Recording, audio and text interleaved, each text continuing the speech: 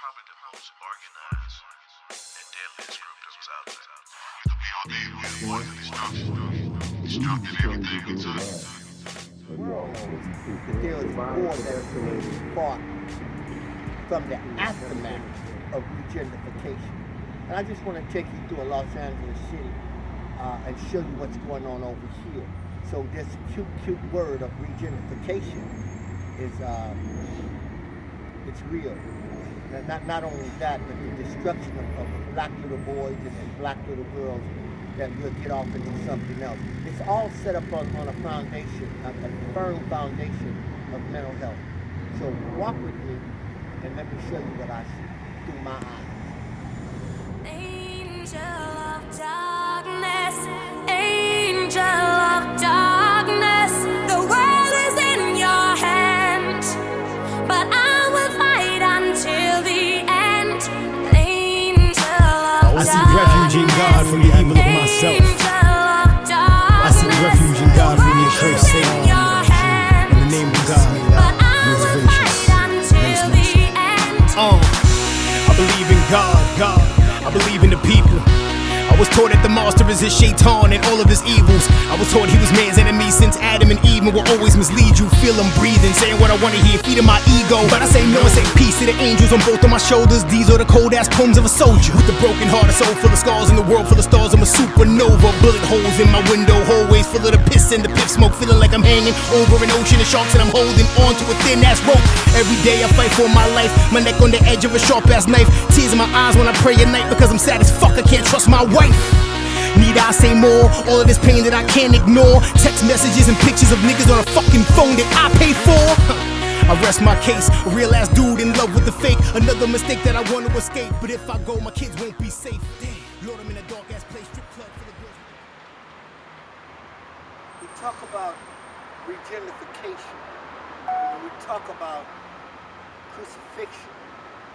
We talk about suffering. We talk about pain. We talk about slavery. We talk about mental slavery. All these things are tied into each other.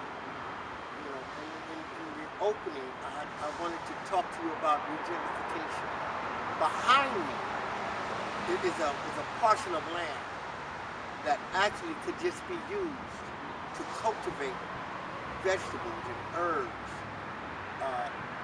with us taking care of ourselves. It's almost like squatters' rights. The owner will come, tell us to move, we'll move to another parcel. That's revolution. And it's not always guns to block out the sun and helicopters and rat-a-tat-tat-tat. It's not always a physical fight. That revolution has to be fought on many fronts. Symbolically crucified. Because from birth, born indoctrinated into slavery with the birth certificate, and then again with your social security number. How the hell you gonna be free when you've never been free before? You don't know what freedom is. Freedom is not riding. I won't get into that. That is not freedom. That truly is not freedom. That's not freedom. The time that you spend on earth and you're nothing but a meat sack, you're a bag of bones. That's all that you are, as being a human being. And that short lifespan that you have, what do you do with it? What have you contributed? Who have you helped? What monuments, what trees, what buildings? What have you left? And it's not so much the egotistic or the egotism of man, but how have you changed the world? Within that regentrification, because as we come into a place, quote unquote plantation, to where they house you in low income. I mean, are you stupid or naive if you continue to believe that you're going to get a slice of the American dream? When you turn yourselves into welfare kings and you turn yourselves into social security crunches because you consider it free money. The only thing that you're going to get free is a well-whooped ass and a free trip to jail. But then again, somebody got to pay for the gas. These are your tax dollars hard at work. That's sort of my rant and my rage. When we get into regentrification, you have to ask yourself, what really does that word mean? Hopefully I can give you a pictorial of the definition of regentrification, starting with the vacant lot that was behind me. The building that stood here was 3 stories. It was 4. It was 3 on top, and in a basement, there was a warehouse that turned into a furniture store, a large chain furniture store that turned into a swap room, and they just tore it down. I'll just walk you around just this one shopping center and show you what happens in a neighborhood. Follow me. Rise to fame could be your fall from grace. If you dance with the devil, better keep up pace. Angel of darkness, angel of darkness. The world is in your hand, but I will fight until the end. Angel of darkness, angel of darkness. The world is in your hand, but I will fight until the end. Even righteous men gotta bargain with demons, snakes in the grass, in the garden to eat, and the fruits I eat, and the evil I breathe, make it harder to worship the God I believe in. The lust and the envy and greed I see. Celebrity events need a CID, but I feel like if I'm on the guest list for heaven, then there ain't no need for the VIP. I awoke from the dream, dealing with hoes with low self-esteem, letting these lame dudes gas you just to fuck you, leave and trash you. That makeup, those tattoos, you think they can mask you? What do you know about regentrification? Yes, it's a big word, it's a big word that actually means something else. And we're going to talk about that in a minute. What do you know about gardening? Well, I know you always take a seed, then dig a little hole, then put some seeds in the hole, and then you cover it up. Then, once you're done, water it, then wait for a while, then you water it again, and make it. Then it grows and grows and grows, and sometimes it grows to a tree. Now, if you had this land, look the land behind you. If you had this little land, what would you plant?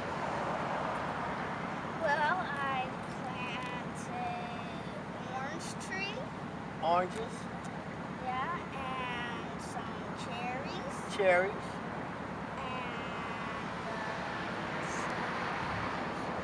mango tree, mangoes,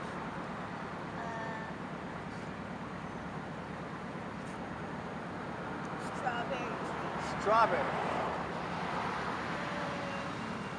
Those are all fruits. You going to get any vegetables? You don't like vegetables. You gotta, give me 2 vegetables that you can plant.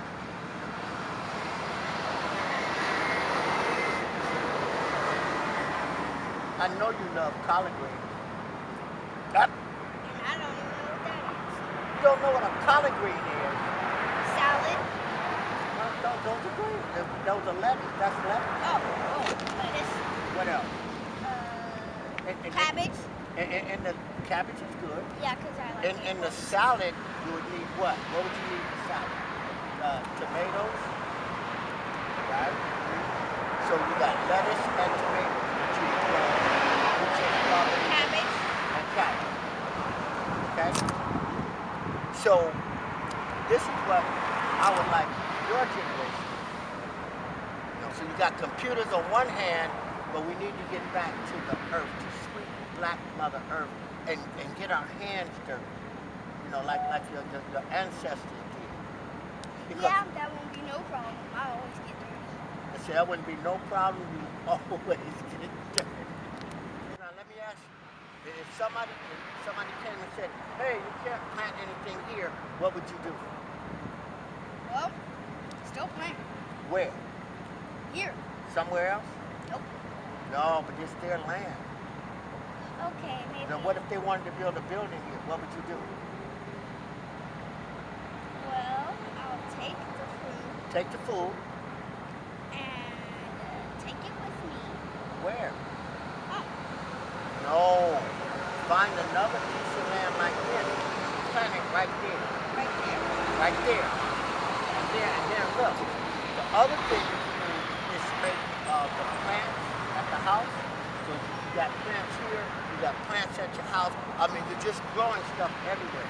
Because it takes everybody. It takes people to plant, it takes people to raise the cow and the cattle for the meat. It takes people to do computers. We need all of this in order for us to fight for a greater life. Make sense? And growing takes time. Yes, it does. But this is what I want to say. You're wearing your food. You've got donuts all over your face. Yeah, true. True. Can I have a piece? Oh.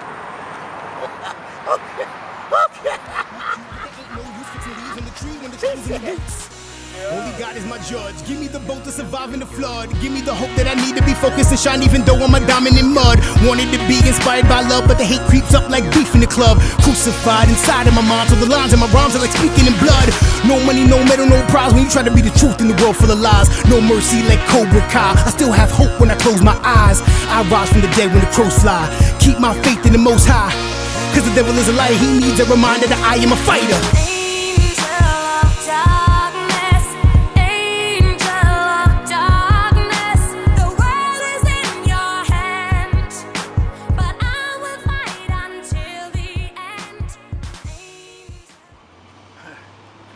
I had to laugh because they talk about you got the keys.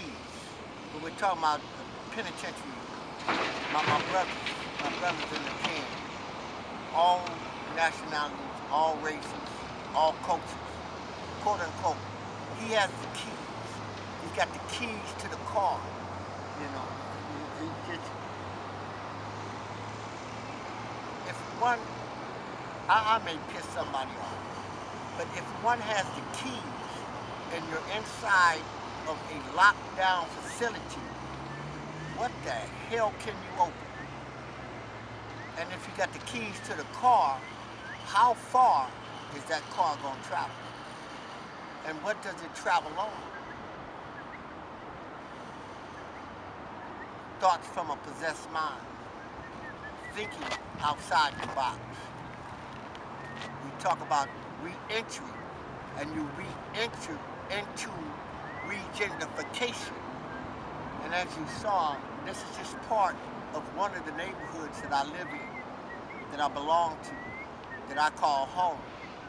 And it's desolate. And this particular shopping center has went bankruptcy about 5 times. I won't say all of the investors that was involved in this, but now they've got Kaiser Permanente company.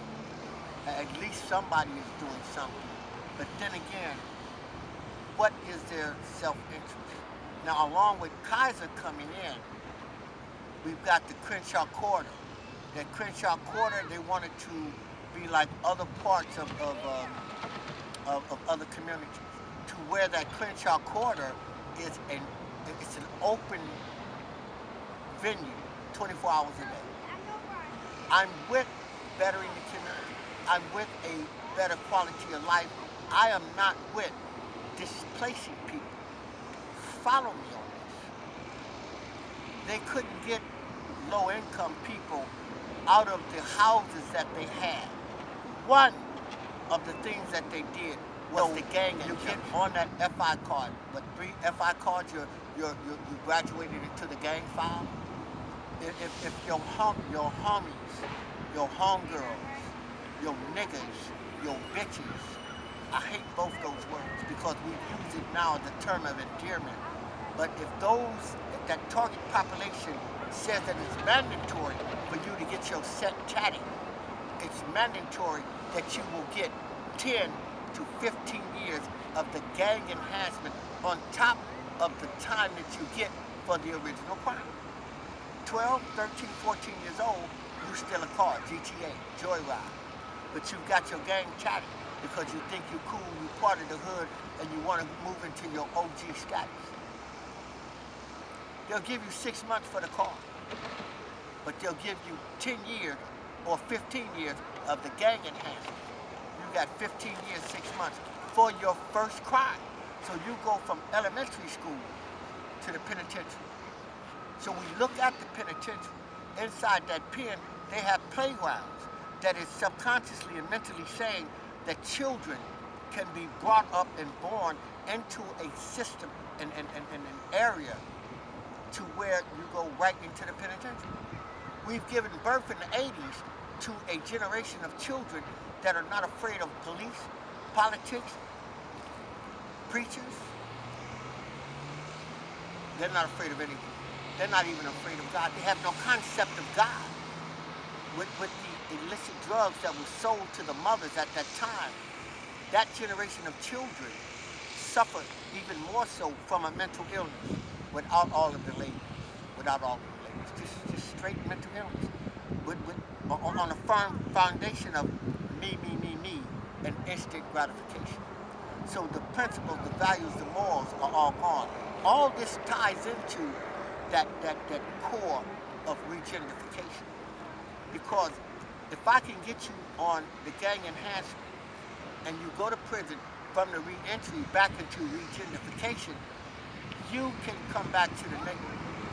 Your mom can live in the neighborhood, but you can't. Your mother loves you, male or female. So she has a choice between you and keeping the family unit together or moving out. So they say, well, if you come back and live in the community, then we're going to make your mother move. We're going to take away our county aid. We're going to take away all of that. So now you're caught and you're put outside. So then they say, this is what we'll do. We will give you housing, Lancaster, all those suburbs out there. And oh my God, the housing is cheaper. But that housing is the desert. They moved you from the city into the desert to where it is super hot and it's super cold. And there's something that is called desert fever. Some people from Los Angeles, when they go to prison, they're not used to that desert climate. They did the spraying, the fertilizing from the sky on the land. That topsoil of desert fever is what gets inside your spores. And there are brothers that come on from the pen that have this cough that they can't get rid of. And then there are other brothers that actually die from desert fever. I want you to understand how this systematically works. There's two things that's working here. One is white supremacy racism, and then on the other hand, that is rooted in a firm foundation of Willie Lynch. That Willie Lynch letter, that Willie Lynch syndrome. What I'm begging you to do is not only read it or look at the documentary, but listen, get an eyegasm and digest it and then dissect each line, each word of that Willie Lynch letter. That is the beginning of a revolution. That is the beginning of fighting white supremacy racism. That is the beginning of your first step to freedom outside of knowledge of self. Those two things start to balance out a conscious awakening. Because what we have around here is us being moved out. I'll tell you what. I'll give you a small commercial break, and I'll come back with something else that is even more so interesting.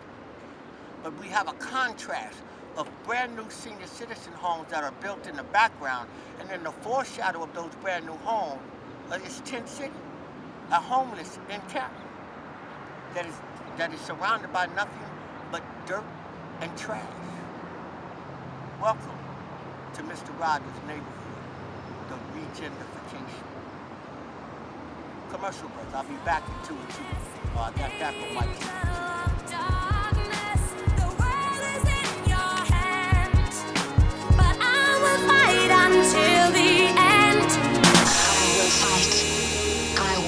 It's very difficult to fight an enemy you just got through sleeping with. It's very difficult. I'm gonna wake you up. Don't worry, you won't sleep on me.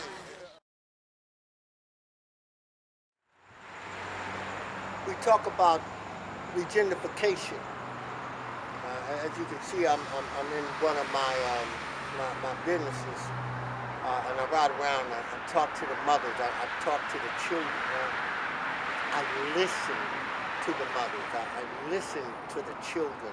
I listen to the men the elders in the community.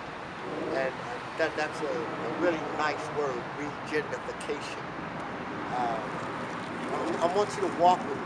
I won't give you a tour. I won't give you a ride. I want you to get out and actually walk with me so that you can see some of the things that I see. There is a quote-unquote revolution. The war is being fought, and you don't even know that you're in battle. But you're in battle for a greater life. And what I'd like for us to do is to do our part. Really, really simple. Just do our part. And if it is growing gardens, mobile gardens, growing plants, growing herbs, tomato, I mean, you've got to do something because an army can't fight without fuel, without food. This particular revolution will be fought through the computers. I don't think it'll be televised. It may be YouTube. It may be streamed on your smartphone, but it won't be televised. With that, just come and walk with me and let me introduce you to what's going on in certain communities around the country. I've never seen where they would go in and tear down whole projects like in Chicago and displace people. And from them doing that, the city has changed from Chicago to Chirac. So maybe those who the city planners didn't plan on that war that happened amongst the people. And then maybe again they did. I wasn't in that meeting, so I don't know. I like talking from first-hand experience. But I know, and we know, the nation, the world knows that there is a war that is being fought from the aftermath of regentrification. And I just want to take you through a Los Angeles city and show you what's going on over here. So this cute word of regentrification is it's real.